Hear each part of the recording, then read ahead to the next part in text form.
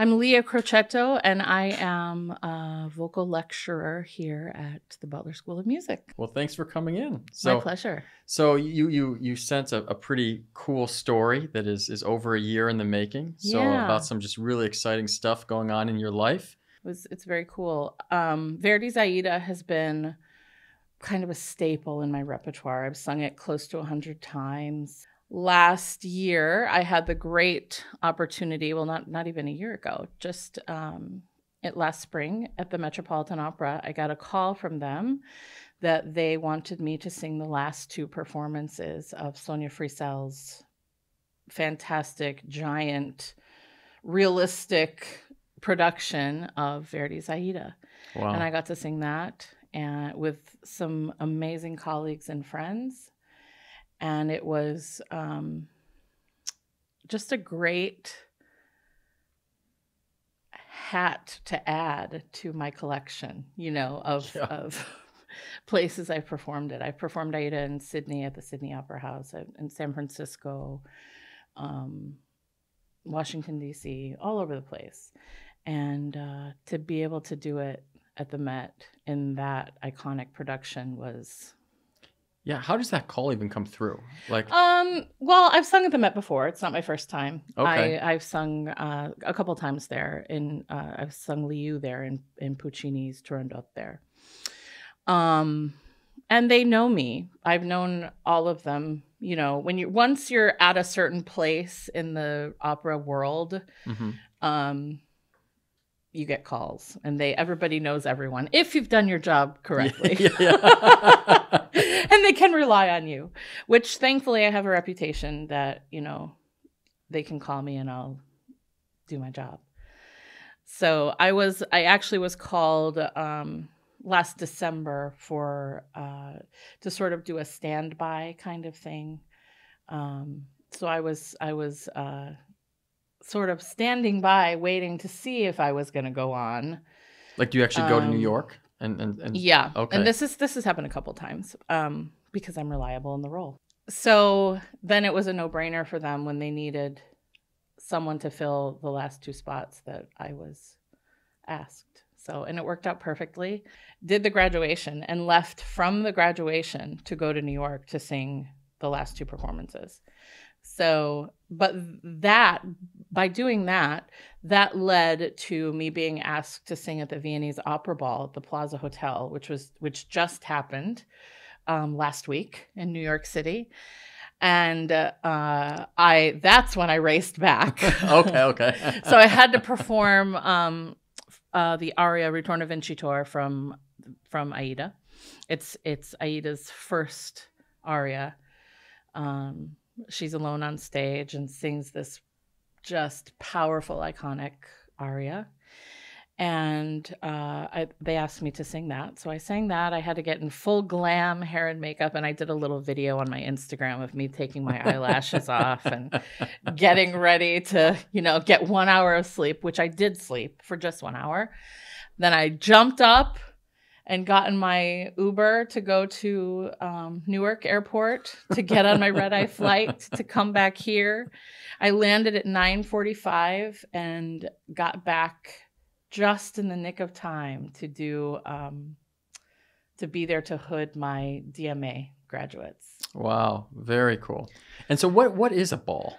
It's like ball, one thing yeah. I have in my mind. I've never been to one, so tell me. They're not really done in the U.S. The Viennese Opera Ball is, think debutante ball, kind of. I don't even know how to really describe it. Do they play like a mazurka and like everyone dances? Is it waltzes. That kind of waltzes? Yeah. Okay. Yeah. And there's an orchestra. Okay. People dance, but they have young women and men, escorts, and or women that are being presented to society, and then they're escorts. And then they learn all these traditional dances, and it's very, I don't even know the history of it. I don't know where it came from, but it's a very interesting thing to watch it happen. I did post some videos on my Instagram of that too, because it was so interesting. But And I, myself and baritone Lucas Meacham, we were honored at this ball. And also tenor Limmy Pulliam was as well. And we, the three of us sang and processed. We came in with the dignitaries and did the whole thing. And So like, what does that look like? Like it's sort of you process. So there are like two lines of the, you know, the young men and the young women, or women and men on this side. And then we sort of walk through them, kind of march into the ballroom. Wow. And then we're introduced and they read our bios and like, Leah's done this and this and this and this and this. And I hate talking about myself. So it really makes me, you know, I want to just hide a little bit. But then I listen to my resume and I'm like, wow, I've done a lot of stuff. That's pretty cool. That person's interesting. She's interesting. Yeah. And is this like all of like the kind of who's who in society? Yes. Okay. Yes. It's all society people. For instance, the consulate general was there from Austria. The ambassador to Austria was there. The ambassador to the US from Austria was also there. So it's a benefit and also foreign relations, essentially. It's a very political thing. It was a fundraiser for cancer research and a way to collaborate with another country on the arts and bring the arts community together. I mean, we did red carpet, we did the whole thing. I had full glam, I had a ball gown, and that's all on Instagram too. You can see those. So where does one get a ball gown? I have my sources. Usually they're made for me. This time I got my dress from MacDougall, which is a great designer. Of those kind of gowns with the sparkles and the bling all over, you know. So you have a designer makes a dress just for you. Yeah. Wow. That's awesome. Yeah. When I made my Carnegie Hall debut in a solo recital, Christian Siriano designed a dress for me, which was amazing. Wow. Is it a little scary though? Because like you don't know what it's going to look like. No, because I get approval and we collaborate. Oh, okay. Yeah, we collaborate and they show me sketches and I go through their body of work and say something like this with this, you know. Okay. And then they're like, "What about feathers?" And I say, "Sure, let's throw on some feathers." Were there some feathers for the Not ball? for the ball, but for the recital, there were some feathers around the bottom of my skirt, which was kind of cool. And so then, does everyone eat? Is there like a big like? So traditionally in Vienna, when the ball happens at the Vienna Staatsoper, there isn't a dinner. It's just dancing and drinking. Okay. In the U.S., we like to have our formalities, so we did have a fully catered meal. So yeah, we all sat down for dinner, and then we sang after. Oh, no. Which was hard because we had the sound check in the afternoon. Mm-hmm. And we had to essentially take over the dance floor with our performance. So I got to use that as my stage, which was really cool. Oh, wow. But we did the sound check in the afternoon and the run through and everything. And then got in hair and makeup, drank and ate a little bit. So by the time we rolled around to singing, it was 10 p.m. Okay. So it was, you have to be really on top of your technique to be able to do something like that. And so is there's like an orchestra playing and it's just you all alone on the floor. Yeah. Just making it happen. Yeah. Wow. It's very cool. It's very cool. Daniel Sarafin was there. He's the intendant for the Vienna Opera Festival, Opera im Steinbruch, which takes place near Haydn's hometown of Eisenstadt, and I'm actually staying very near where Haydn lived. Cool. But he was in the audience, and he also runs the opera ball. So he saw my performance and was good friends with the baritone, George Gagnitsa, the great Georgian baritone, who played Amonasro, Aida's father. And he asked George, "How is Leah to work with?" And George said some very, very amazing things about me, which led to this job that I'm going to do this summer. So I leave on Saturday to fly to Vienna to sing Aida for 3 months, for the next 3 months, in this incredibly large festival, there are thousands upon thousands. I think it's like stadium style seating. So there are tens of thousands of people there. Wow. In Like the outdoor? audience. Yeah, Wow. outdoor. The set is massive and my costumes are incredible. It's opera on the grandest scale. I mean, you'll see a Nile River on stage. Oh, wow. Yeah. Wow. So singing that Aida at the Met led to a lot of things for me. And I'm very happy to be doing that. Yeah, it's amazing you say at the grandest stage, because I always picture the Met as the grandest stage. Because every time I've gone to the Met, I'm like, this is it. This is, it can't get any better than this. So yeah. It's pretty massive singing. And the Frisell production, I don't know if you're familiar with it at all. It's, you know, there's a life-size tomb. I mean, you see the pyramids. Oh, wow. It's, you know, the triumphal march. You march and you walk up the stairs leading to the pyramid. It's huge. There are camels on stage. Wow. In the Frisell production at the Met. And they've destroyed the production and they're opening the next season with a new production of Aida. So talk about this, because this was the last two productions of it, right? Yeah. So talk about what the production was, why it meant so much to you and to others. It is the one that you think about when you think of Aida. You think of the Sonia Frisell production at the Metropolitan Opera, because everyone has sung Aida on that set. You think about singers like Deborah Voigt has sung Aida on that set. Margaret Price has sung Aida on that set. Pavarotti sang on that set. So you think about all the people that have come down the line singing and making history on that stage and on that set and in those costumes. I mean, you looked at my costumes and there are a list of sopranos who have come before me. It's a legacy thing. It's the truest meaning of the word iconic, you know. Mm-hmm. That production, those costumes, that set, the camels, the procession. The set is so big. It's just so big. And yet you get to the Nile scene in that production and yes, it's big and there are beautiful twinkling stars and it's just an atmosphere. You feel an intimacy about it as well. So it's not just the size, it's the realism of it that creates that atmosphere like you're really there in Egypt. So it's a miraculous production to be a part of, and we all mourned. Was it sad, that last performance? Yeah, was it sad? Yeah. I can imagine. It was sad, but also exciting, and because, you know, it's a catch-22 to get rid of a production, because we have to move forward, you know. Mm-hmm. Arts have to evolve and we have to move forward. We can't just stay stagnant.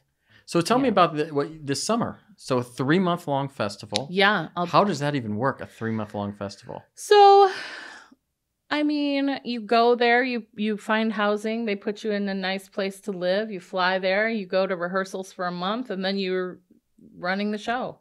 And there are 3 different casts. I'm the opening night Aida with the great mezzo-soprano Rayanne Bryce Davis.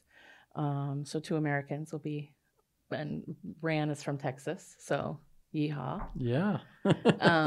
She's from North Texas, but still a Texan.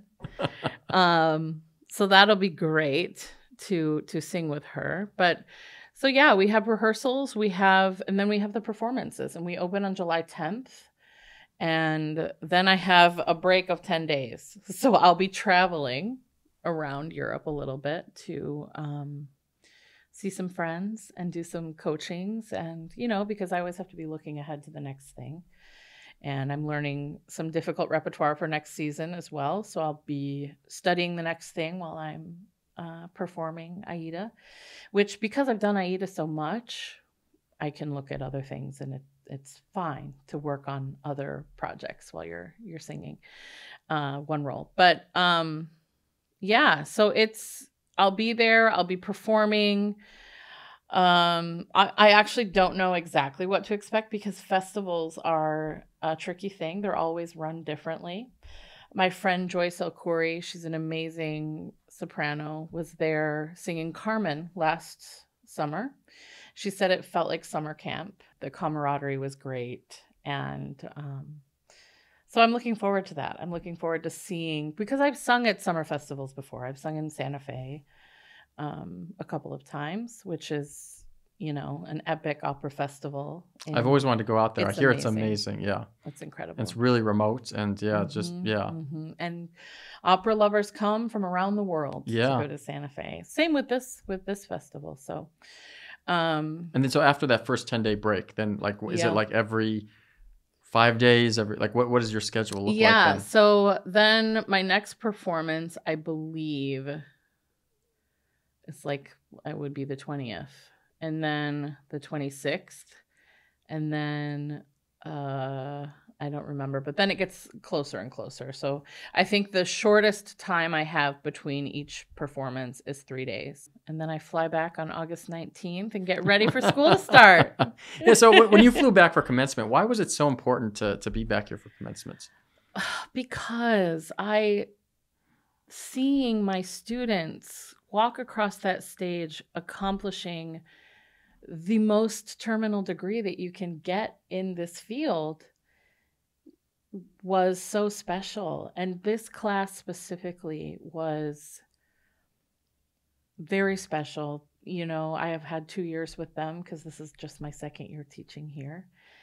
And we have worked and cried and laughed and worked some major technical issues out with each one of the students, and being a voice teacher is more than just teaching technique. It's, you have to sort of get in the psyche of the singer to find out what motivates their singing and what I can do to bring out the best performer that they have inside of them. That's my job. And I think just teaching pedagogy or just teaching technique, you can't do that. So when you get that close to someone and you see them accomplish this ultimate goal, it was a no-brainer for me to come back and be there. I had 9 students that I hooded that day. Wow. And it was very special for me, including one pianist, Anna Moiseva, because her mentor. She's my daughter's piano teacher. Oh, that's wonderful. She's amazing. She's wonderful. But our division chair, Tamar Sanakidze, couldn't be there. So I stepped in and hooded Anna in her place, which was very special for me as well because I adore Anna. She and I have become quite good friends, which is nice. But that's why it was super important for me. And I think here at Butler School, we're all so supportive of each other, the professors. We collaborate with each other. And we foster a sort of atmosphere of family and support. And when you've gone through what these students have gone through, it was very important for me to be there for them. Yeah, because they would have gone through during the pandemic when everything was shut down. So not a good time to be an opera singer. At all. And some of them, I think of my tenor, he'll always be my tenor, Evan Brown, who I was actually just teaching a lesson right before our podcast. But I think about him and I think about where he is in his trajectory right now. He is on the verge of greatness. And he was one of those that got lost in the shuffle during COVID. And he missed the young artist programs because of that. And now he is beyond those programs. And he just needs someone to sort of take a chance on him and give him a job. And so I'm using my resources in the industry to try to facilitate that. I think about Hyeon Kim as well, the wonderful soprano. She sang the lead in T, the opera T that we did, and she also sang one of the musettas in La Boheme this season. She's ready. She's give me a job, but she got stuck in COVID, you know? So I'm using my resources to help those students and all of my students if I can, obviously. But that's why. That's why. But what drives you? Like, because a lot of people, I mean, you're at the top of your game. You don't even have to teach. No. You could just perform. So, but what makes it that you want to do that? I have always taught. Even for instance, this is my first summer in 4 years that I haven't been in Sydney, Australia, performing with Opera Australia. So I'll be in Austria, not Australia. But when I perform in Australia, I work with their chorus. I teach master classes. I work with their young artists and teach voice lessons. I work with their resident artists that sing, that take over roles when I leave, Yeah. So colleagues as well. I work with all of them. And it's an important part of my life. I feel called to be a teacher, just like I feel called to be a performer. And I think some people are meant to do it and some people aren't, obviously. Not everybody who can do it teaches it. I just happen to be one that does it and teaches it. So I think it's really important for me to pass on what I have learned and introduce the pitfalls that I've gone through and help the up and coming generation navigate through that easier so that they don't have to go through the stuff that I went through. Or if they do, I can help them navigate it easier. That's what drives me is the idea of making the opera world better. So what would you say to a young person who looks at you? So maybe they're in high school right now. Yeah. And they're watching this video and they're like, I want that life someday. Like the Met is calling you. You get to go, to Europe and go to this festival and get to go to the ball. And right. I mean, it just sounds so perfect.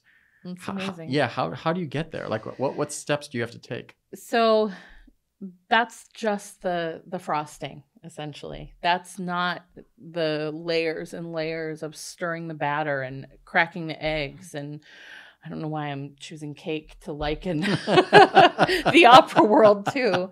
You can't just expect to get there.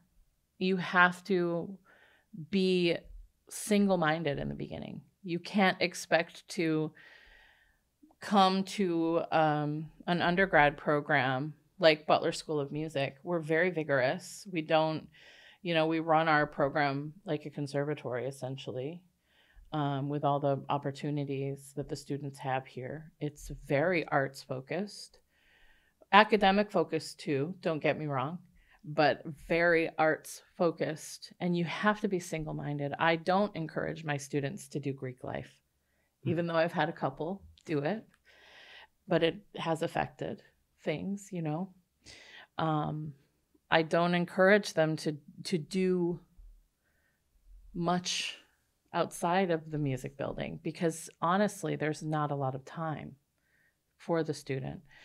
It's a single-minded focus. It's eating, breathing, and sleeping foreign languages because you have to be able to interpret a language that isn't yours, but you have to make the audience think that it is. So how can you do that without immersing yourself in the pronunciation of that language or,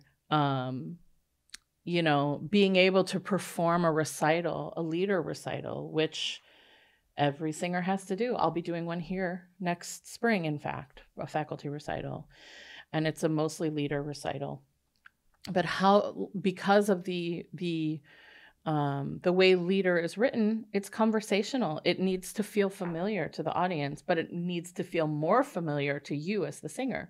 So how can you interpret German language when your first language is English? You have to be immersive in it. You have to know what every word means. You have to be able to negotiate vowels and where they sit in the resonance of your voice, all of those things.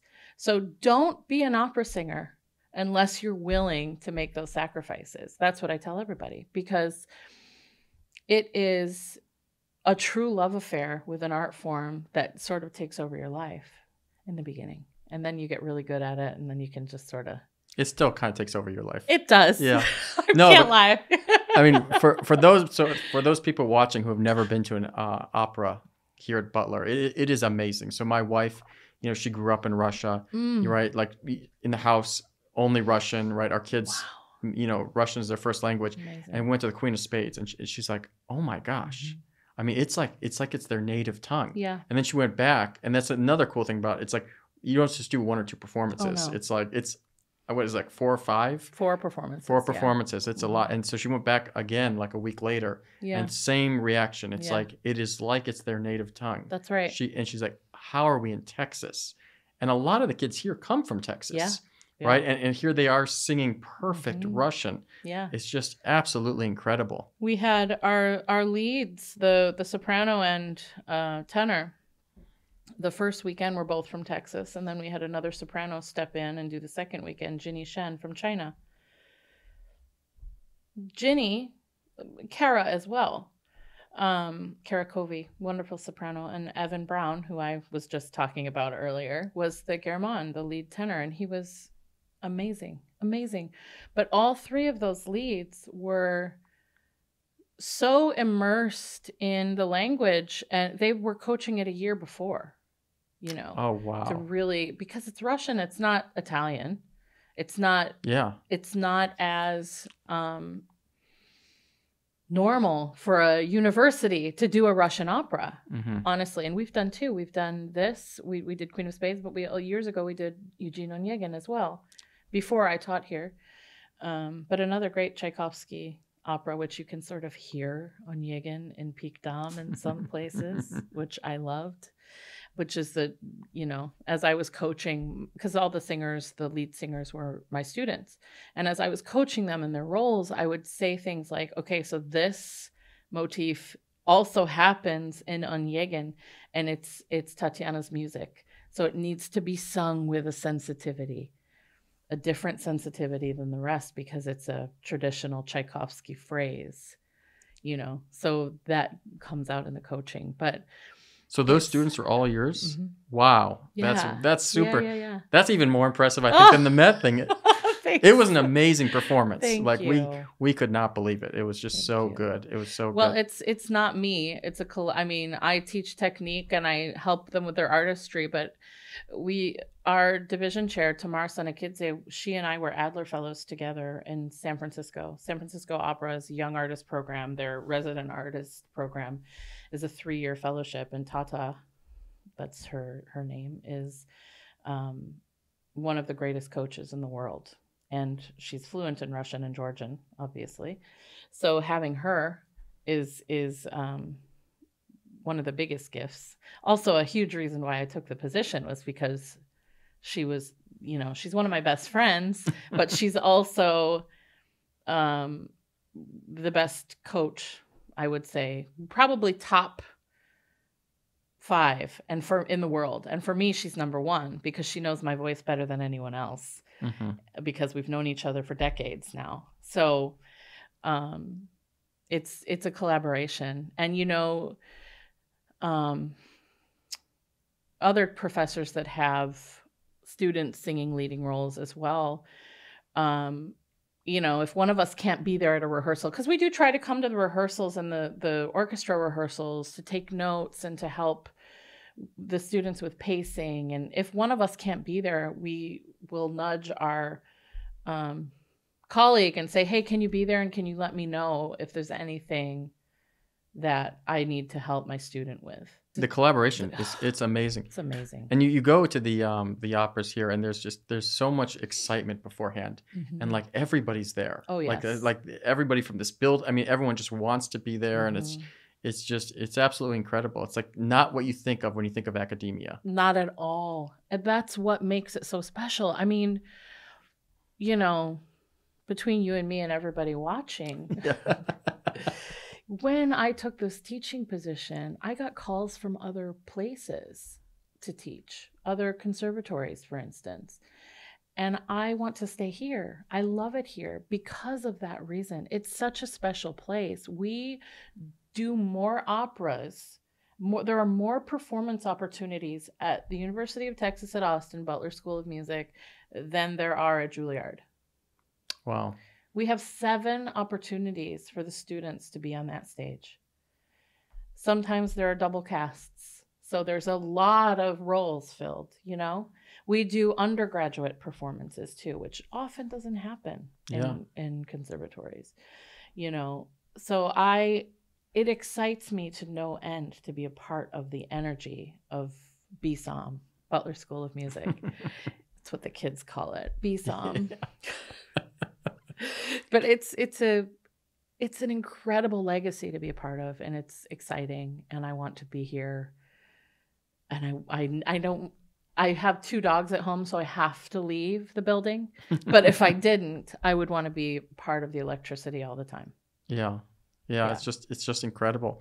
So what's up for you after this summer? So is there any downtime, or is it just there are like 3 days of downtime and then a faculty meeting. Okay. We have our first faculty meeting on the 23rd. I think if that's the Friday. And then we start school, and I'm here until end of October. And I go off to do Ernani in North Carolina, which is another Verdi opera. I've never sung it, even though Ernani in Volami, which is my character Elvira's first aria, was my competition winner. When I was coming up through the ranks, I won every competition I started that aria, and including the Met competition, actually. Oh, wow. So, and I've never done the role, which is just crazy because, you know, my career has not been normal. I have made my career singing about 7 operas only and repeating all of them. Oh, wow. Yeah. So this is my first new one in a while. Is that by choice? No. It's just by, you know, you sort of get known for doing something, and then all the opera companies call and say, will you do this for us? Will you do this for us? So that was Otello for me for a while. I did a lot of Desdemonas. That was Liu for me from Puccini's Turandot. That was Verdi's Trovatore. I did Leonora a lot. Leonora is right up there with Aida in the most performances I've had. So yeah, it's and of course Don Carlo I've done a lot of. Elizabeth does as well. But yeah, not by choice, just by life, the path that my life happened to take. Yeah. And like, where'd you grow up? Like, how'd you first get into it? So I come from a big Italian family. Opera was always in the house. It was always on. My dad and my mom really loved opera. So it was never a unique thing for me to hear opera. Whereas some of my classmates in school, you know, in 5th grade career day, what do you want to be when you grow up? Opera singer. That was my answer. I knew. Really? Yes. 100%. I knew since I was a child. Because it was just normal. It was everyday life for us, you know. And my mom took me to my first opera when I was 11. And I saw 2 in 1 year. It was Carmen, which was incredible. But then I saw Tosca. And Tosca changed my life. That was from that moment of seeing Tosca. And I grew up in a small town of Adrian, Michigan, where we had an opera company. Really? Yeah. Where in Michigan is that? It is, let's see, which hand is it? It's here. Like, so south, by like Indiana south of border? Detroit. Okay, yeah. By like Ohio, kind of like. Wait. I don't know the hands. By the Ohio border, yes. Okay. Ohio, Ann Arbor, Detroit area, mm-hmm. right around there. We had an opera company and a great community theater. Okay. It wasn't a community opera, though. It was a professional opera company. And we used a community chorus, and we also have a symphony orchestra in my hometown called the Adrian Symphony, which I still go back and sing with. Oh, wow. I love singing with them. They gave me my first orchestra performances when I won a competition there when I was 16. Those are so important. Those community, absolutely. you know, yeah. So absolutely. Yeah. And seeing that performance, that production of Tosca, was life-changing for me.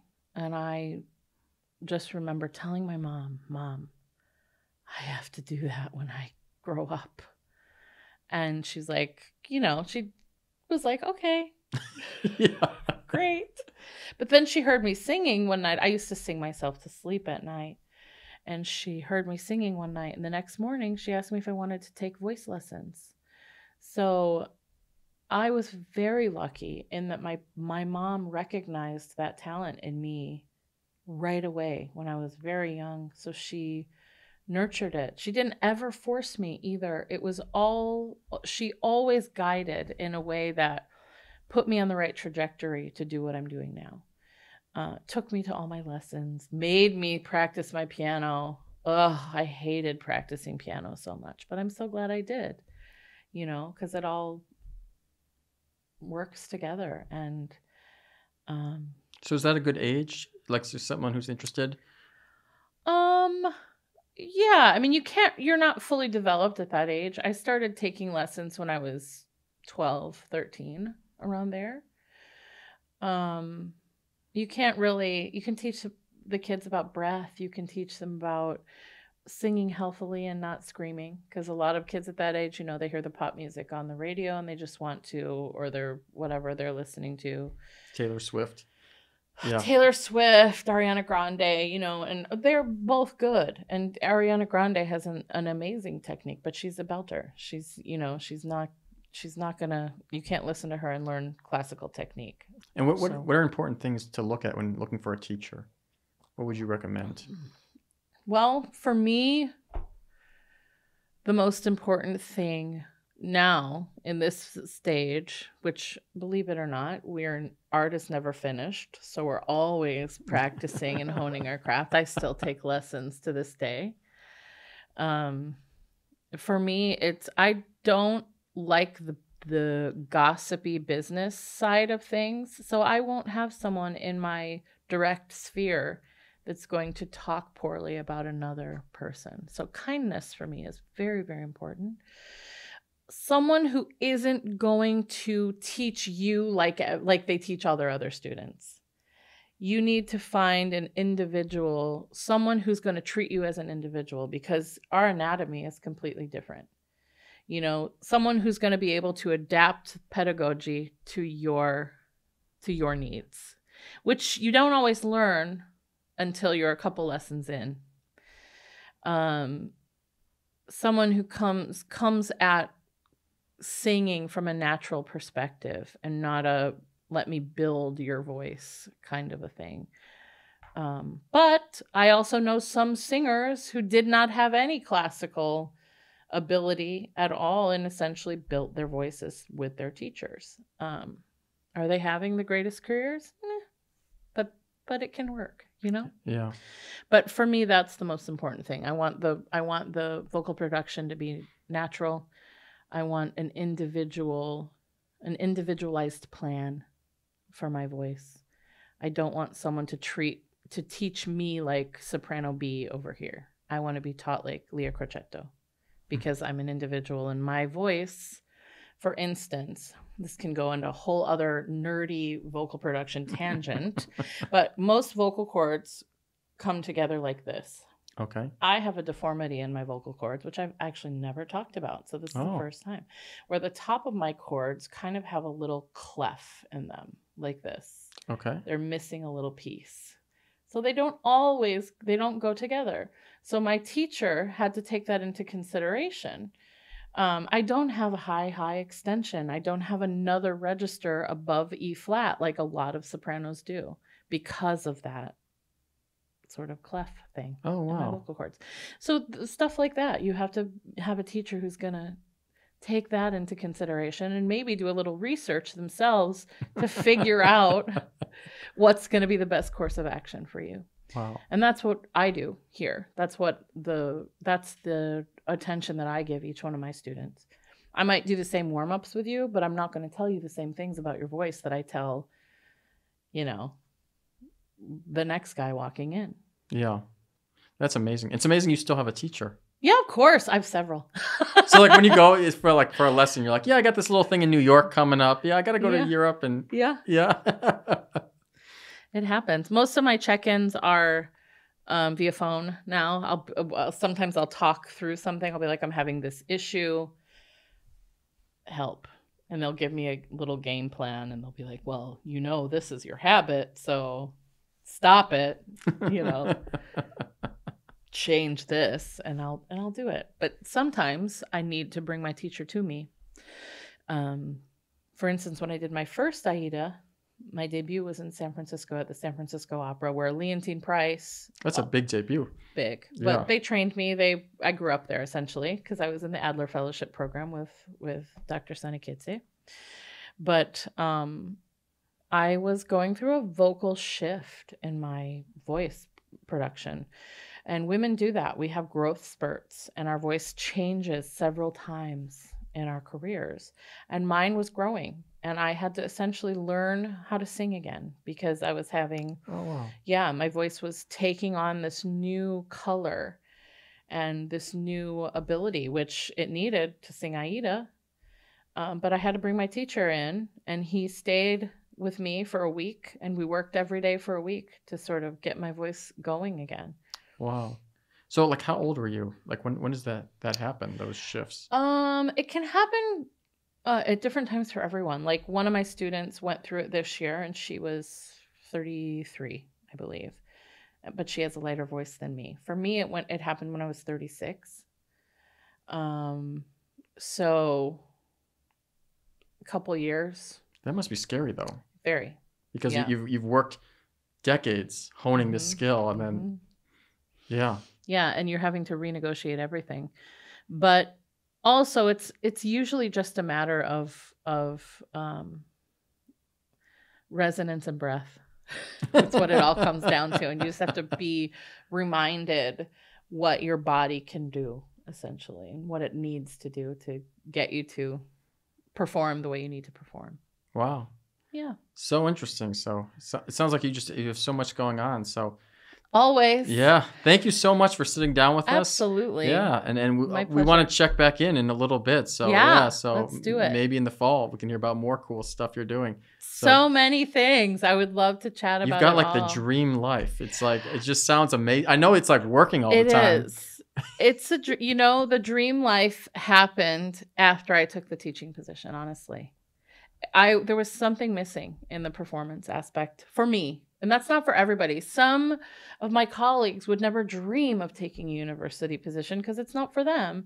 But for me, that side was missing. I am nurturing by nature. I like to help people and come alongside my students and lead them on. That's part of me. That's part of who I am. I'm the oldest of 4 girls. So it's sort of, innate for me to do that. But it's not for everybody. So the dream life happened once I took my position at UT, honestly. Oh, wow. Do your sisters ever come and watch you perform? All the time. Yep. And honestly, I forgot to mention this. When I did the performances of Aida, there was a huge UT contingency there, including incoming students. Wow. I had students and their moms come. I had, we have a group picture of everyone from UT that was there. And I think that's crazy. There were more than 20 people there from UT. Most of my studio came, which was incredible. And their parents too. Yeah. And Tata was there. And actually the man covering the tenor role, the Radamés role, is a graduate of UT. Wow. So he was there too, which was great. Yeah, I mean, they say, like every university says, oh, we're like a family. But this one, it's true. It's not just like stuff like that happens every day, and there's no marketing, no nothing. No. It just happens. So yep. Yeah. And some of them graduated the day before and flew. They flew within 3 days of their graduation to see the performance. That's amazing. Yeah, it was awesome. I was so touched. And the night when I knew they were all in the audience, when I did my bow. No, seriously? I did a hook 'em on stage at the Met. I did. Did you know where they were sitting? Well, all over. They were scattered. Yeah, okay. But I did the horns on stage. You wonder how many people knew in New York? Probably more than you think. Probably more, yeah. So Yeah. Well, that's so cool. So yeah, thanks again for stopping by. Absolutely. And I look forward to the next time. Yeah. Thank you.